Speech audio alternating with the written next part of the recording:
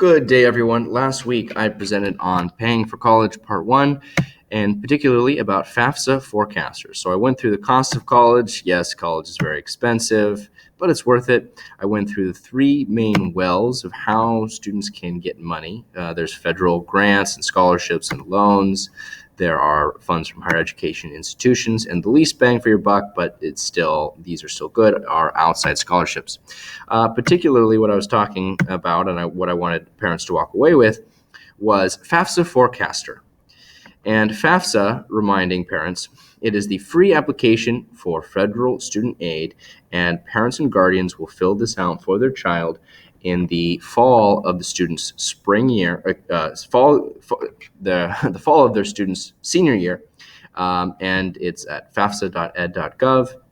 This is the biggest bang for your buck because this will determine how much money you get from the federal government and how much assistance you need from colleges. So, FAFSA Forecaster, I'm going to show how to find it. So actually, let me first go to Google, and all you need to do is type in FAFSA Forecaster. It's the first thing that pops up, and it looks like this. So you're going to put in some information of your child and also for you. So are you a U.S. citizen? The answer is yes. If it's not, then that's fine. You can put in no. Please put this information in as accurately as possible. What is the student's date of birth? Say it's this. I'm going to be making up some information. The student is single, is not married. When you begin college, most likely they have never attended college and they're going in their first year. The student has no children or dependents, and most likely, the majority, it's none of the above. The student is not in foster care or an emancipated minor. So once you click none of the above, then you're going to put in your information. As of today, what is the marital status of your legal parents? So let's put it married or remarried. How old is parent 1? Maybe 45. Parent 2 is 45. How many people are in your parents' household? So maybe 2 parents and 2 children. While you are in college, how many people in your parents' household will be college students? Include yourself. So this is referring to the student, of course. So if you have an older child who's already in college, then of course include them. So maybe it'd be 2. But for the majority, it may be this is your first child in college. Let's put 1. Have your parents filed taxes recently? Yes. What was your parents' adjusted gross income for the most recent tax return? So this is combined. So I'm putting in $80,000 combined, $40,000 from one parent, $40,000 from another. What is your parents' state of legal residence? Put Texas. And so this is the assumed assets. If we check the box, then we can make it a little bit more specific. So current balance of cash, savings, and checking accounts, making up some numbers here. 5,000, net worth of parents' investments, let's say 1,000, and net worth of parents' current businesses or investment farms, let's say that's 0. Parents' state of legal residence, yes, it's Texas. And the student, has the student filed taxes recently? Perhaps no, and the student perhaps made $0. What is your state of legal residence? And that is going to be Texas as well. Okay, so all those information, press submit. And this is where you're going to start to calculate the cost of college. What's great is that FAFSA Forecaster is paired with this great resource, which is called the College Navigator. And this gives you the price of colleges. So we're going to start with University of Texas, Rio Grande Valley. So I put in the school here. I'm going to show results. And it's a little overwhelming. There's a lot of information. Click on tuition fees and estimated student expenses. And these are it's the expenses for the past 4 years. This is just the tuition and fees in state and out of state. Wow, your taxes from the past decades have made an in-state college much less expensive than if you were out of state, which is why students should never really apply to University of Oklahoma. It's not as good of a school as University of Texas at Austin, and it's going to be so much less expensive to go to UT Austin. but what we're going to be looking at is the total expenses. This is the projected number, including tuition, books, room, food, all those things.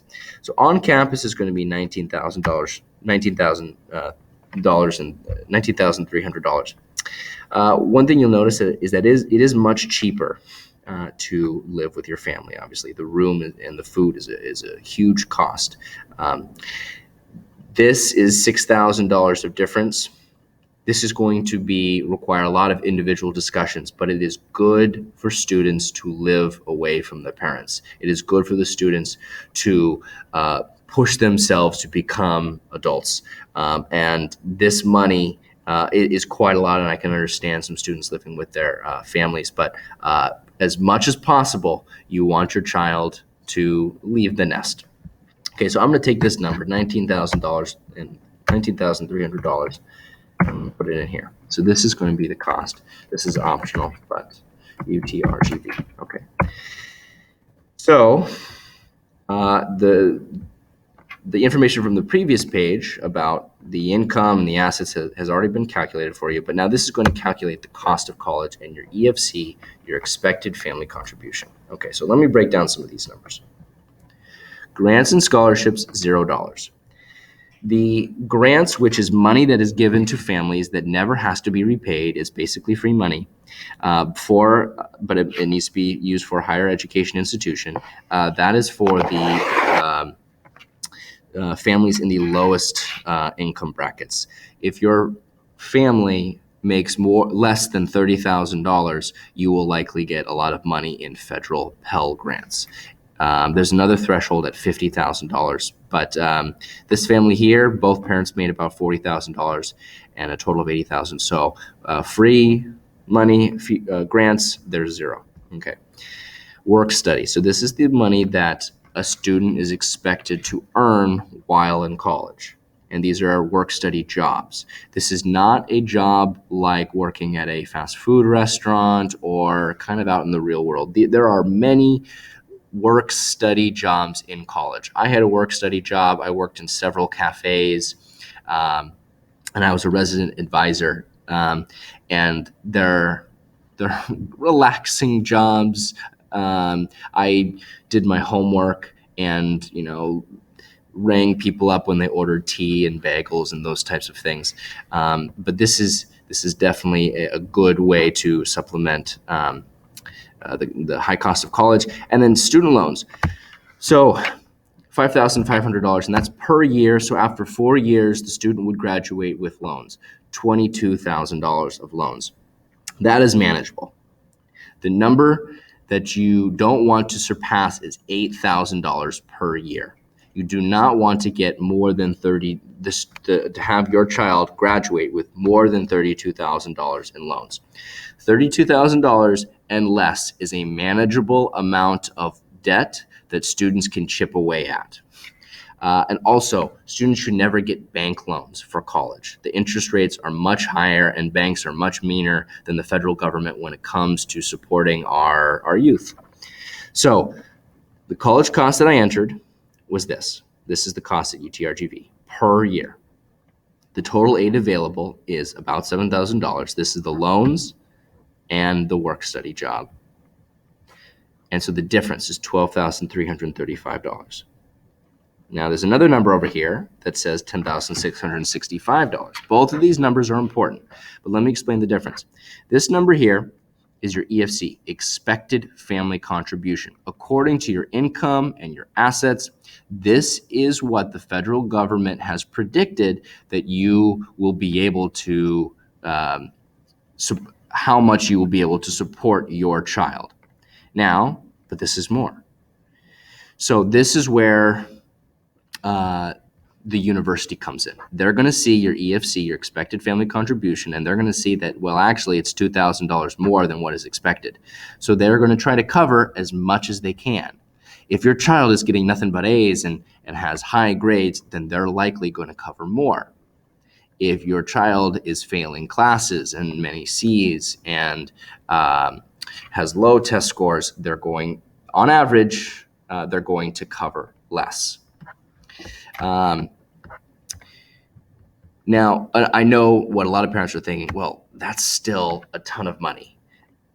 Maybe and maybe you're thinking, well, we won't be able to cover that each year because this is for the first year, and then it's for the next 4 years. So the expected family contribution is to pay about $44,000, a little bit less than $44,000.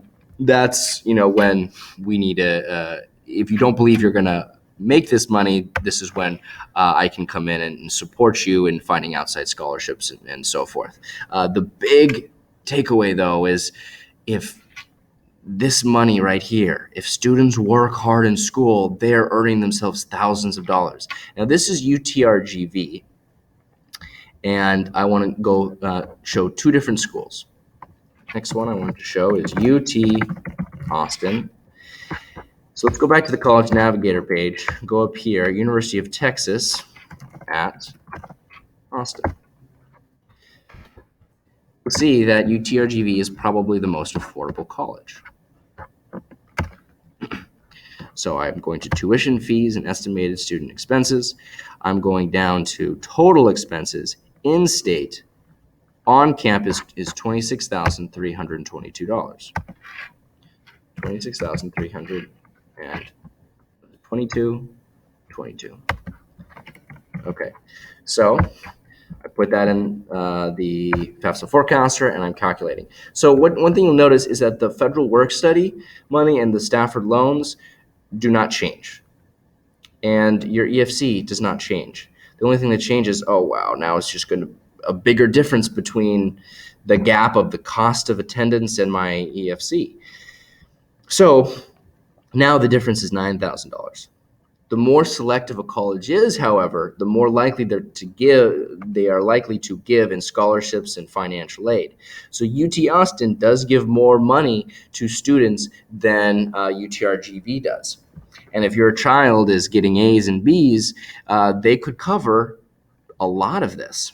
Now, another thing to consider is, or what we're going to have students do is apply to many different colleges. So if a student was applying to UT Austin and UTRGV, then you'll be able to compare how much both of those colleges is going to cost. UT Austin is significantly different here. And let's say UT Austin is not going to cover all of it, but it's going to cover $7,000 of this difference. So the student will get $7,000 in financial aid and or scholarships. So that leaves a difference of about $2,000 or $3,000. Let's say UTRGV says they're going to cover that $2,000 because this was $12,000. So then you need to make a decision.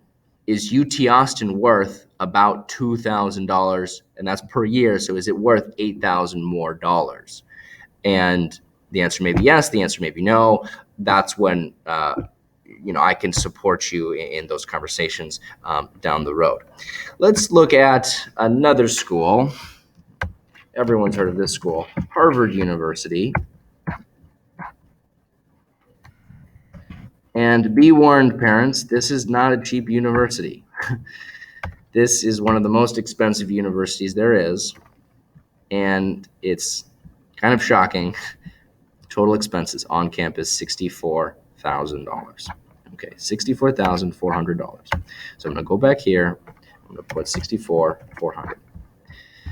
Okay, and I'm going to calculate. Now, oops. Okay. So, oh my God, the difference is $57,000. There's no way that my child can afford that. There's no way that we can afford that. And in many cases, that can be true. However, Harvard, what they do, I talk about Harvard because it's the classic example. It is one of the most selective schools in the world. But Harvard pays 100% of the demonstrated financial need. You're expected to pay about $11,000, $10,000 to $11,000. This is how much it's going to cost after the loans and the work study. So the difference between these two numbers is about $47,000.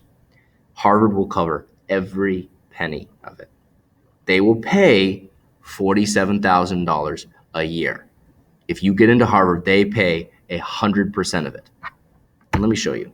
So this is from Harvard's website, and this is the typical financial aid package. So this is what the parents are expected to contribute. This is about, and this kind of looks like, in terms of this whole circle, this looks about $10,000. Student part-time work, maybe there's some loans in here, but this right here is what Harvard pays. The average amount of money that Harvard gives out per student is about $45,000 per year. So if your student did get into Harvard, then it would be the same cost as UTRGV, because Harvard is going to cover 100% of the demonstrated financial need. Now, is it going to be expensive? Yes, because this is what you're expected to give, and Harvard isn't going to give you more than that. But they are going to cover that $47,000 in difference. Now, Harvard is on one end of the spectrum, but generally the more selective a university, the more money they're going to provide in financial aid and scholarships to cover this difference. So yes, when I was talking about the difference between private and public universities, let me go back.